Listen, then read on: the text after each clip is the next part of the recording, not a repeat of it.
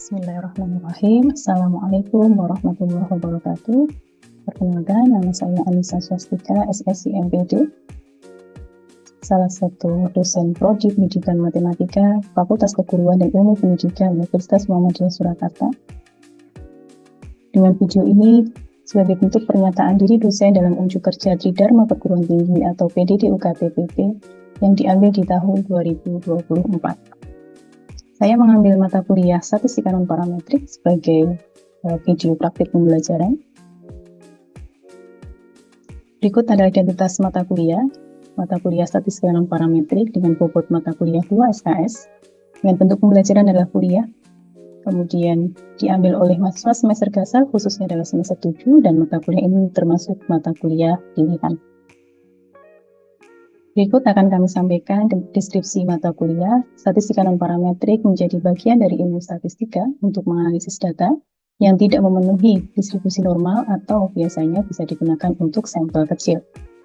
Kemudian mata kuliah statistika non-parametrik ini nantinya mengkaji tentang dasar-dasar statistika non-parametrik, perbedaan statistika non-parametrik dengan parametrik, uji tanda, uji Wilcoxon, uji Mann-Whitney, dan beberapa uji yang lain yang berkaitan dengan statistika non-parametrik. Kemudian budaya keislaman dibangun juga di dalam rutinitas perkuliahan, yaitu dengan tilawah Al-Quran, dimulai dengan beberapa surat di juz 30, kemudian ada tadabbur ayat-ayat kauniyah. Berikut kami sampaikan CPMK mata kuliah statistika non-parametrik. Yang pertama adalah mahasiswa mampu menguasai konsep statistika non-parametrik, kemudian mahasiswa mampu menguji hipotesis dengan data tunggal, mahasiswa mampu menyelesaikan pengujian hipotesis dengan data dari 2 sampel atau lebih.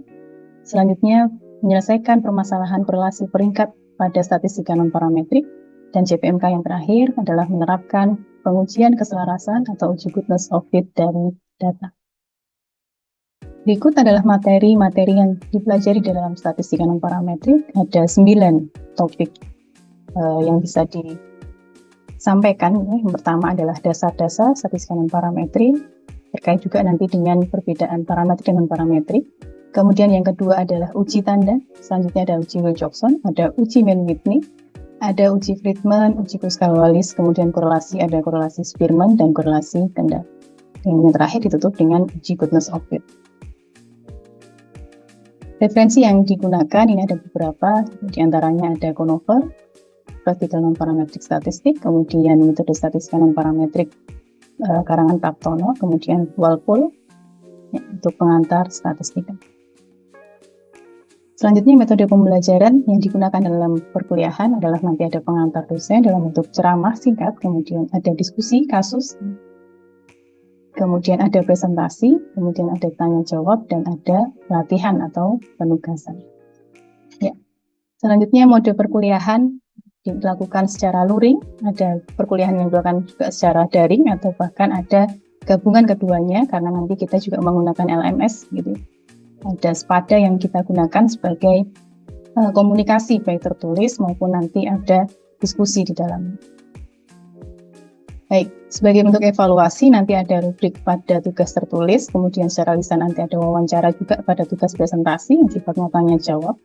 Kemudian ada tertulis juga pada ujian tengah semester maupun ada ujian akhir semester. Nah, informasi seperti ini kami sampaikan kepada mahasiswa di awal perkuliahan, yaitu di kontrak belajar.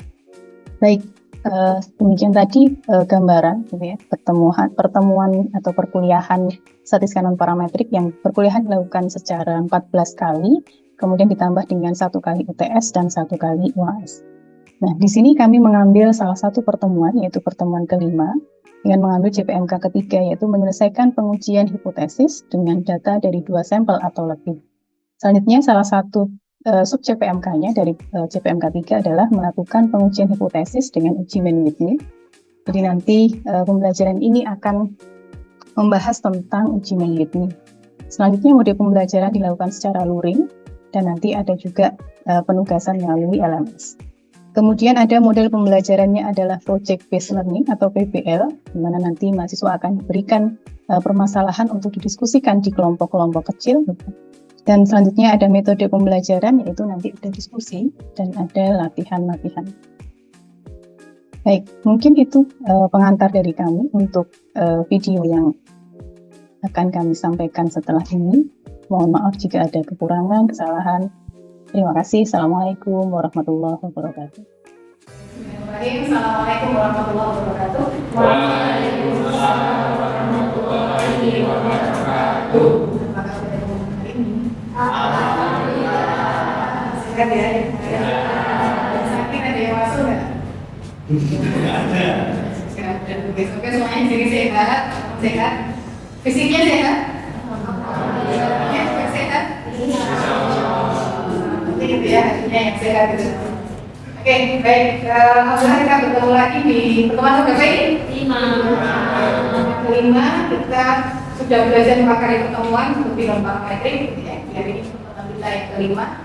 Supaya lebih berkah, nanti supaya lebih diberikan kemudahan pelajaran, kita berdoa dulu untuk pelajaran perkuliahan kelima kali ini. Salah satu ya, Mas Bintan, bisa memimpin. Nanti kita baca masuk dulu baru kita pembelajaran ya teman-teman. Kita dimulai dengan bacaan ta'awud.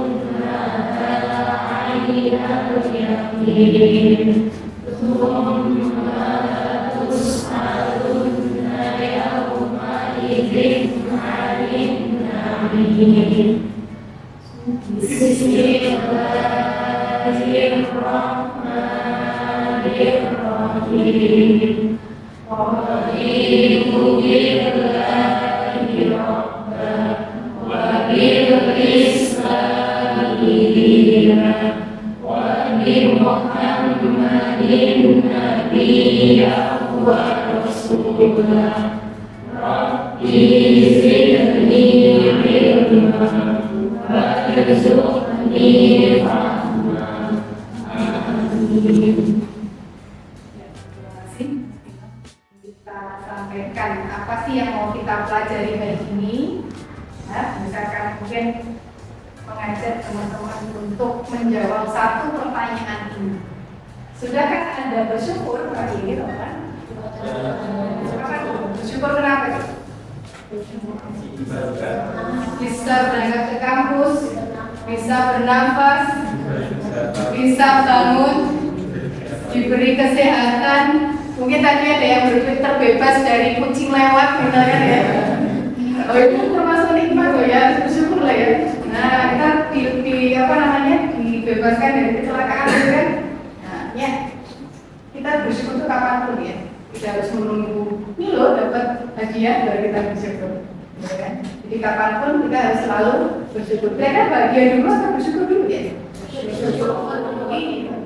Kalau nunggu bahagia dulu, baru kita bersyukur. Ya kalau bahagia, tuh gitu ya. Jadi kita bersyukur dulu, dengan bersyukur maka nanti kita akan ya. Jadi ada yang bersyukur dan bersyukur karena pagi hari ini sehat, pagi hari ini terbebas dari mungkin musibah, mungkin dari ya kucing tadi ya. Kasihan kucingnya. Oke, jadi pertemuan kelima. Ini kita sudah sampai di JPMK 3 dulu. Di parametrik kita sudah sampai di JPMK 3, nanti kita sampai 5 seperti dulu di awal sudah kita sampaikan di kontrak ya. Ada 5 JPMK. JPMK ketiga kita adalah menyelesaikan pengujian hipotesis dengan data dari 2 sampel atau lebih. Dari 2 sampel atau lebih. Nah, kita akan nanti fokuskan di sub JPMK 31 dulu. Nah, dan di 2 sampel dulu, yaitu dengan menggunakan pengujian manual. Nah, kemarin kita sudah mengujikan gitu ya, ada beberapa pengujian. Teman-teman bisa menjawab pertanyaan ini setelah ini.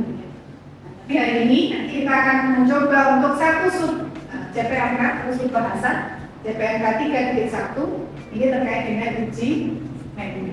Sudah siap belajar hari ini? Sudah. Mungkin yang sudah siap belajar ya? Oh, oke. Ada niatnya ya? Baik. Ya. Oke. Sebelum kita masuk ke uji linguistiknya, kita bisa menjawab, teman-teman bisa menjawab 3 pertanyaan ini. Nah, sebagai bukti bahwa teman-teman kemarin memperhatikan gitu ya. Ngantuk-ngantuk boleh, tapi tetap konsentrasi. Oke, yang pertama adalah apa tuh? Sudah kita pelajari teman-teman sebelumnya. Bukunya boleh, ini nggak kuis ya, ini bukan kuis ya, boleh buka bukunya. Uji apa yang dapat kita gunakan untuk data tunggal? Uji ada 2 apa ya? Uji tanda. Bisa pakai uji tanda, bisa pakai uji logika. Oke, bisa tanya. Ya, ini bisa digunakan 2 itu ya. Walaupun masih ada banyak sekali pilihan yang lain gitu ya. Yang kita pelajari. Kemudian yang nomor 2, siapa yang bisa jawab? Ada uji T 2 sampel berupa sama. Jadi ini mungkin cukup paling 2 sampel yang independen gitu ya maksudnya. 2 sampel yang independen pada statistika parametrik. Nah, sudah belajar ya statistika parametrik kan? Statistika dasar ada pilihannya. Di sana ada uji T 2 sampel independen, nanti bisa diganti. Kemudian yang harus memenuhi salah satu syaratnya adalah berdistribusi normal.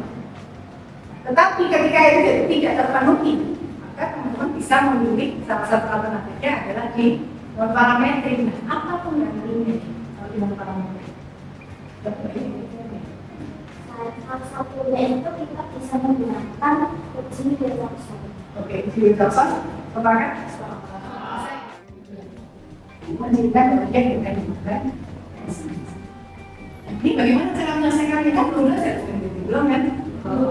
Jadi teman-teman gunakan gadgetnya dimanfaatkan, bagi kampusnya dimanfaatkan untuk menyelesaikan kasus ini dengan bantuannya adalah MDP. Nah kemarin bisa sudah membagi kelompok lewat Mbak Yeni, mana kan ini bagian teman-teman ya. Oke, kelompok 1 ini kita ulangi lagi kelompok 1. Pertama menyelesaikan kasusnya ini. Kelompok 1 ada Mbak Bilkis, Mbak Noviani, Mbak Nurul, Mbak Indira, dan Mbak Fitra. Ada semua? Ya, oke. Kelompok 2 ada Mas Ramsian, Mbak Kristina, Mbak Nikia, Mbak Fitrian, Mbak Masna. Boleh ya? Oke, 3, berarti 15 sampai 15 bisa kita Mbak sampai Mbak Rita. Ini terakhir ada 4 tadi. Ada Mbak Yeni, Mbak Indah, Mbak Uni, dan Mas Arji. Oke, tadi. Ya, baik, jadi nanti teman-teman dalam kelompoknya apa yang harus dilakukan? Ini dari kasus ini, maka ada 3 permasalahan yang harus teman-teman selesai. Diskusikan di kelompok nanti. Yang pertama adalah tuliskan tujuan penelitiannya apa dari kasus tadi. Masih setiap kasus atau setiap penelitian punya tujuan penelitian. Kemudian yang kedua, analisis data apa yang sesuai. Cocoknya pakai apa ini? Pastinya harus pakai argumentasi ya, nggak boleh apa namanya tetap dan tidak didengar.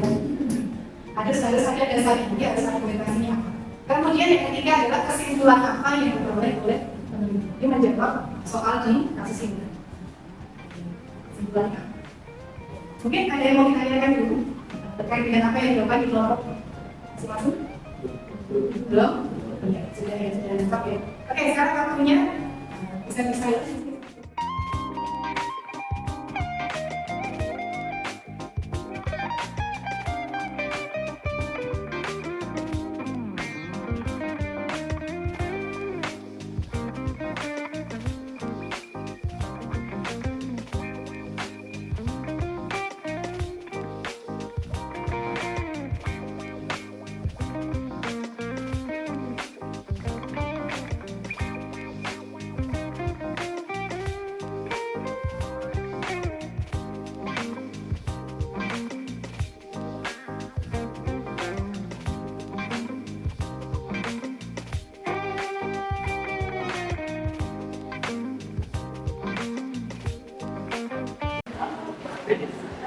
Lihat kesimpulannya apa?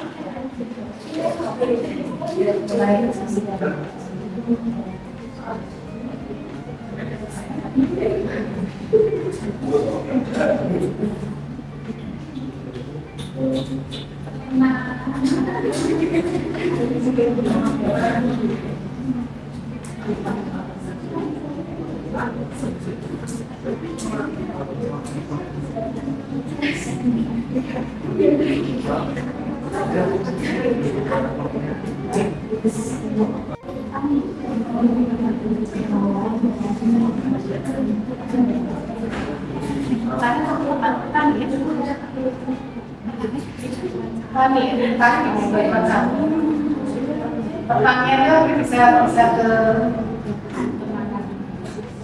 bisa bahasa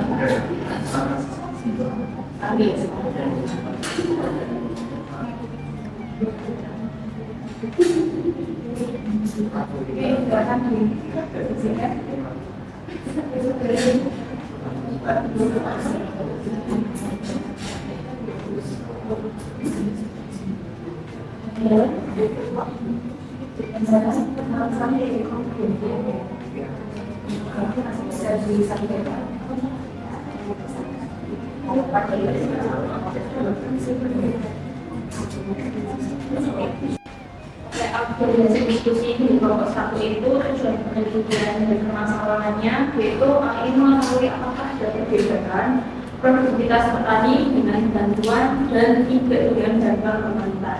Oke, itu tujuannya. Bisa terdengar ya? Oke, sekarang tanggapan dari kelompok 2. Apa tuh? Kurang lebih sama seperti yang disampaikan dari kelompok 1, ingin mengetahui efektivitas bantuan pemerintah terhadap produktivitas petani. Oke, sepakat ya? Sepakat untuk mengetahui ada tidaknya produktivitas petani, kan ada tidaknya bantuan. 34, ada komentar? Apakah? Oke, ini kelompok yang pertama. Jawaban yang pertama, tujuannya tadi mau melihat di dua kelompok tadi ada bantuan dan tidak ada bantuan, ada nggak perbedaan produktivitasnya? Gitu ya. Jadi itu tujuannya. Oke, bisa demikian. Oke, next ke nomor 2. Next ke nomor 2, analis data apa yang sesuai sekarang tugasnya nomor 2.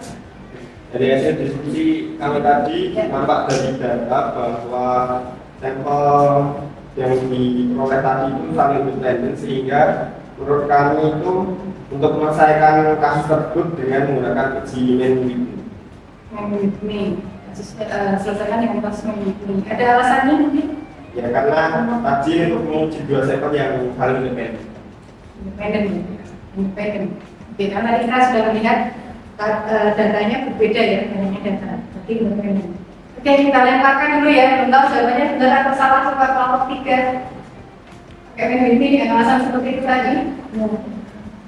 Sama, coba mana jawabannya? Sama. Oke. Ya. Sama ya, jadi karena independen, datanya independen, maka bisa diselesaikan dengan kelompok 4, kelompok 1, ada tanggapan? Baik, jadi nomor 2 ini, kenapa kita pakai yang uji Mendwidmi? Kenapa kita pakai Mendwidmi? Karena datanya independen, dua kelompok sampel yang independen. Tahu ya dari mana? Tadi, ya kan? Banyaknya data. Kemudian dari ilustrasi ini, itu juga terlihat bahwa dua kelompok tadi dua kelompok yang beda, saling bebas. Oke, bisa membedakan dengan yang berpasangan kemarin ya. Nah, ini yang nomor 3 ini. Karena kelompok 3 ini bisa selesai dengan kan? Salah satu sudah mewakili. Nanti kelompok 4 siap untuk memberikan tanggapan ya. Siap memberikan tanggapan.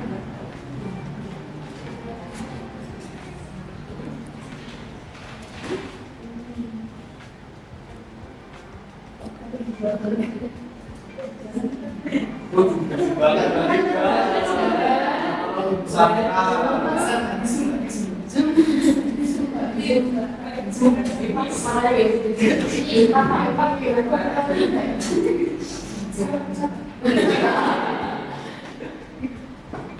nanti kalau mau share ke sini. Kalau yang belum selesai ya silakan ditanyakan dan mendengar juga kesimpulan apa ya yang diperoleh dari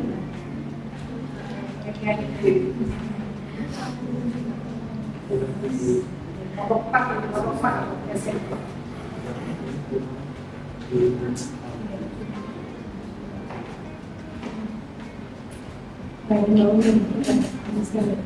Sama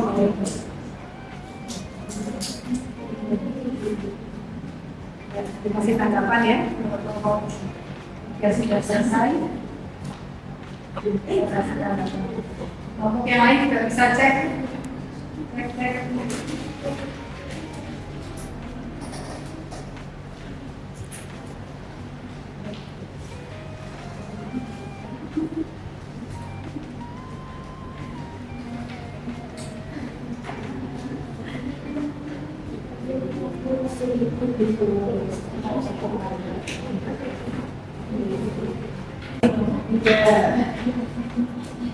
Kelompok 4 tanggapan dari 0, kemudian 1 angkanya, konstitusinya, kemudian komutasi, mungkin komutasinya di ini ya, langsung ke hasil akhirnya ya itu ya, dari perankingan tadi kan diperoleh nilai T-nya sekian itu. Bisa cek hasilnya 35. Kemudian untuk menolakkan oleh nilai-nilainya dilihat dengan tulisnya. Gimana tanggapan nomor 4?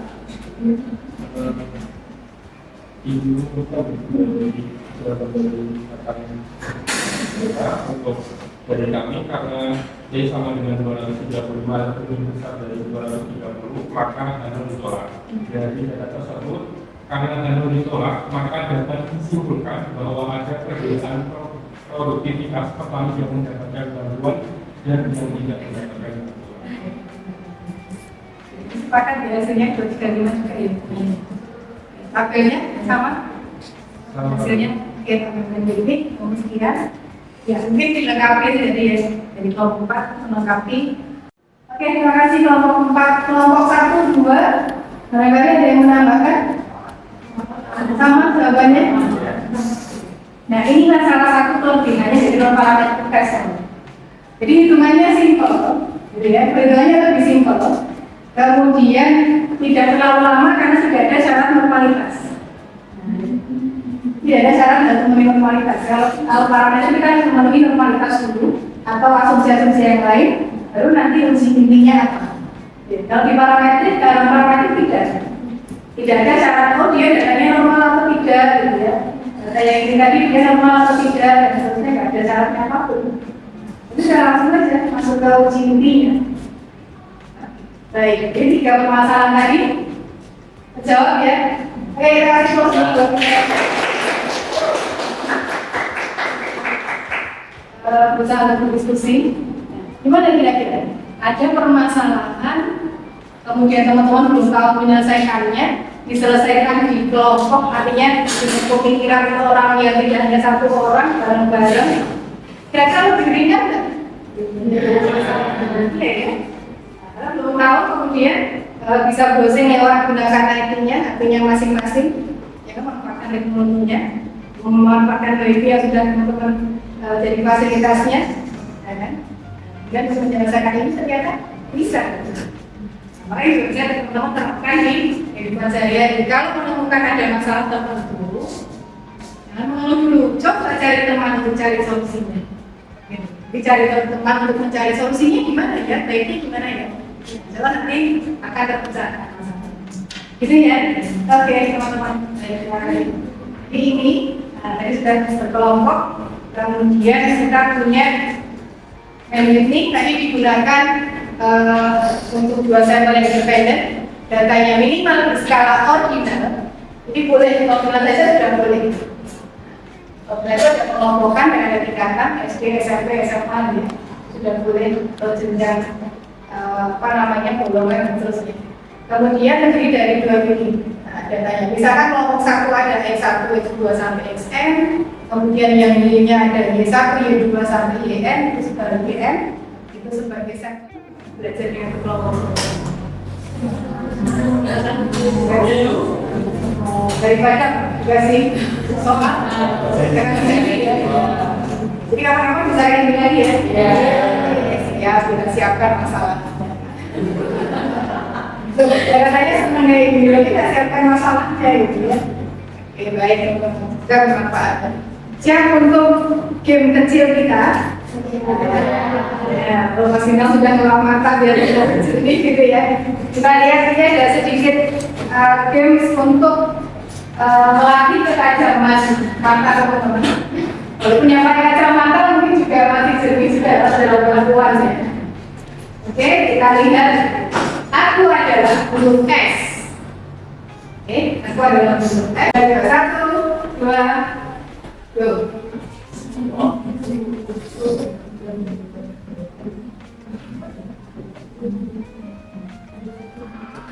Sepuluh terus ditemukan berapa? Yakin berapa? 9. Oke, cek pada baris 1, baris 2, baris 3, baris 4, 5, baris selanjutnya, ya ada, baris akhir. Alhamdulillah makanya sesuai dari. Jadi dari gambar ini ada 8 huruf. Ini masih dikaitkan dengan statistik juga. Bahwa di statistik itu, karena kita bekerja dengan data, maka kita butuh ketelitian. Ya, kita butuh ketelitian. Dan itu baru mencari huruf S ya.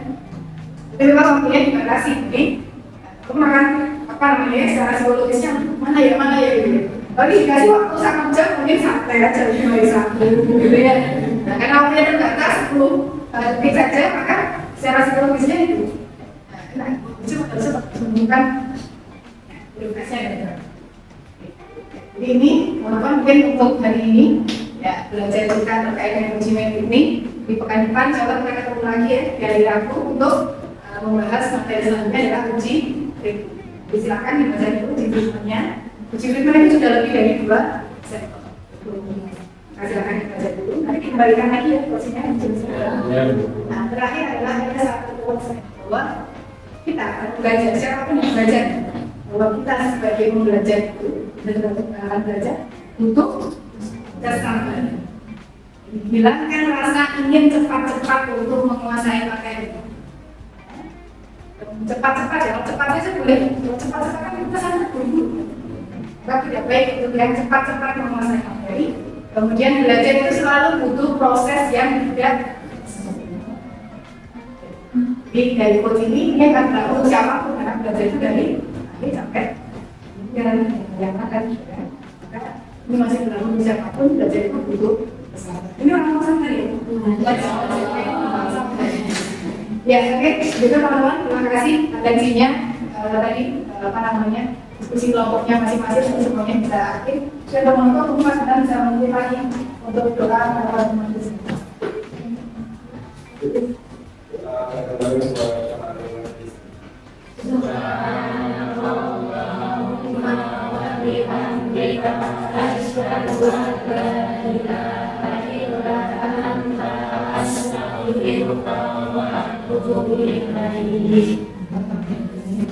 Dan kami masalahnya bisa bermanfaat. Assalamualaikum warahmatullahi wabarakatuh. Waalaikumsalam warahmatullahi wabarakatuh. Terima kasih Bu.